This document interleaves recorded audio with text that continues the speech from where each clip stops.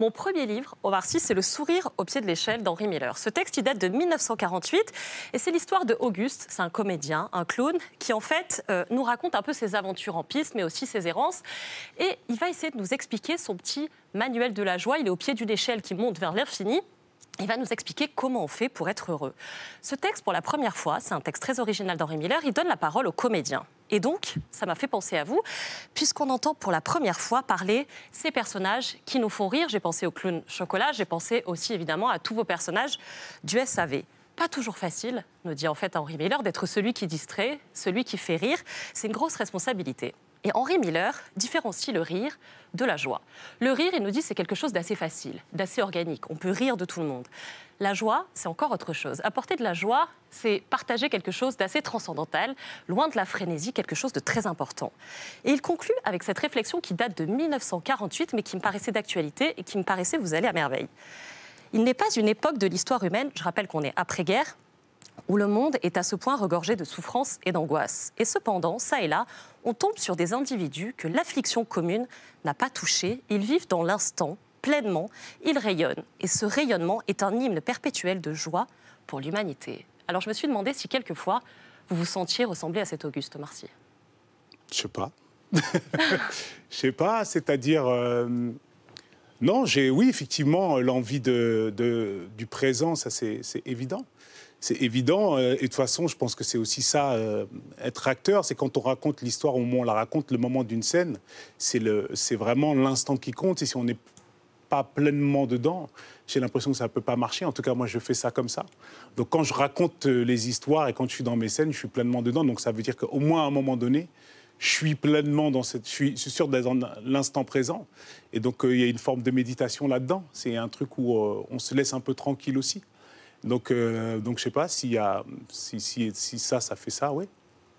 Mon second livre, c'est celui-ci, parce que vous, Omar Sy, vous avez en fait trouvé votre refuge sur cette planète. Pour l'instant, c'est une ville d'artistes. On en parlait tout à l'heure, c'est Los Angeles. Mais c'est un carrefour de la culture mondiale, Los Angeles, mais pas que, c'est aussi une ville d'écrivains. Et le plus français de tous, c'est lui, c'est Romain Gary. Et ce livre... Vraiment, pour moi, il raconte ça. Il raconte son amour pour Los Angeles, pour la Californie, presque aussi passionné que celui qu'il portait à son épouse, la divine Jane Seberg. Ce livre, c'est l'histoire vraie du couple Gary-Seberg en 1968 qui décide d'adopter ce chien que vous voyez sur l'écran, qui est un berger allemand. Alors jusqu'ici, vous allez me dire, l'histoire est assez innocente, mais méfiez-vous, c'est pas tout à fait ça. Un chien blanc à Los Angeles. Exactement. Pour l'instant, c'est ça. Sauf que Martin Luther King vient d'être assassiné, que les émeutes raciales, à l'époque, font rage dans la ville, et que Jane Seberg, elle est très engagée aux côtés des Noirs américains dans leur combat pour les droits civiques. Sauf que ce chien, là que vous voyez sur ce canapé, il va très vite poser problème parce que dès qu'il voit un noir, il se met à aboyer, à l'attaquer.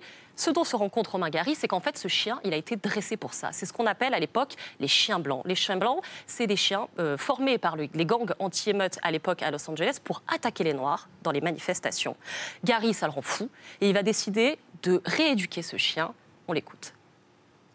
Pour moi, rééduquer ce chien et changer la mentalité de ce chien était devenu le problème de tout le conflit entre les Blancs et les Noirs en Amérique, parce qu'il y a une sorte d'idée que si on pouvait rééduquer ce chien, cela veut dire que ce n'était pas désespéré. Et malgré tout, Romain Gary, il va l'aimer, cette ville, malgré toutes les déceptions qu'il va rencontrer, il va l'aimer vraiment très fort. Il va falloir sa rupture avec Jane Seberg pour le faire renoncer à son rêve américain. Mais néanmoins, il dira toute sa vie que la grande aventure de sa vie, c'est l'Amérique. Et je voulais vous demander, vous, si vous diriez la même chose.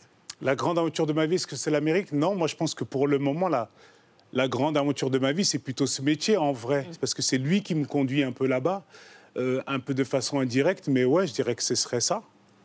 C'est ça, pour comparer, je dirais ça, ouais. Mon dernier livre, c'est celui-ci, 1000 ans de contes de Suleiman Bodj. Alors, c'est une interview que vous avez faite, en fait, qui m'a fait penser à vous recommander ce livre, dans laquelle vous dites que dans votre culture, vous êtes d'origine sénégalaise par votre père et mauritanienne par votre mère. En fait, le rituel de la lecture du soir n'existe pas vraiment pour vos enfants. Non. Non, j'ai pas, non. C'est votre femme qui fait ça, mais vous dites, je transmets autre chose, et vous transmettez un petit peu de ce que j'ai compris, peut-être plus de sa littérature orale, ses contes oraux, ces échanges comme ça en famille où tout le monde parle, échange autour des histoires, mais pas strictement ces lectures du soir. Et c'est ça que je suis allée chercher. Et cet homme-là, Suleiman, lui, il a toujours travaillé là-dessus, la transmission de ces contes africains, ces contes, cette littérature orale. Et je voulais vous proposer d'en écouter un extrait. Ça s'appelle « Pourquoi le ciel est-il si haut ?» Tu diras aux hommes et aux femmes de l'humanité de faire de leurs blessures des étoiles brillantes. Tu leur diras, quand vous aimez quelqu'un, c'est comme une étoile qui brille. Elle brille et brillera toujours, même quand la personne ne sera plus là. Alors voilà, je voulais déjà vous offrir ces livres pour vos enfants. Et il m'a confié une phrase quand on s'est téléphoné à Souleymane. Il m'a dit, si vous voulez, pour vous, si vous voulez que les connaissances fassent le tour du monde, c'est aux enfants qu'il faut les confier. Vous êtes un bon conteur pour vos enfants ?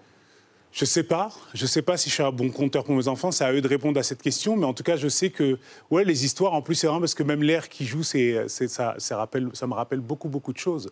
Parce que c'est comme ça, effectivement, qu'on entend les histoires. Là, c'est en français, mais d'habitude, on les entend un peu. Mais voilà, c'est que des contes, des histoires, les légendes, c'est comme ça qu'elles sont racontées depuis toujours.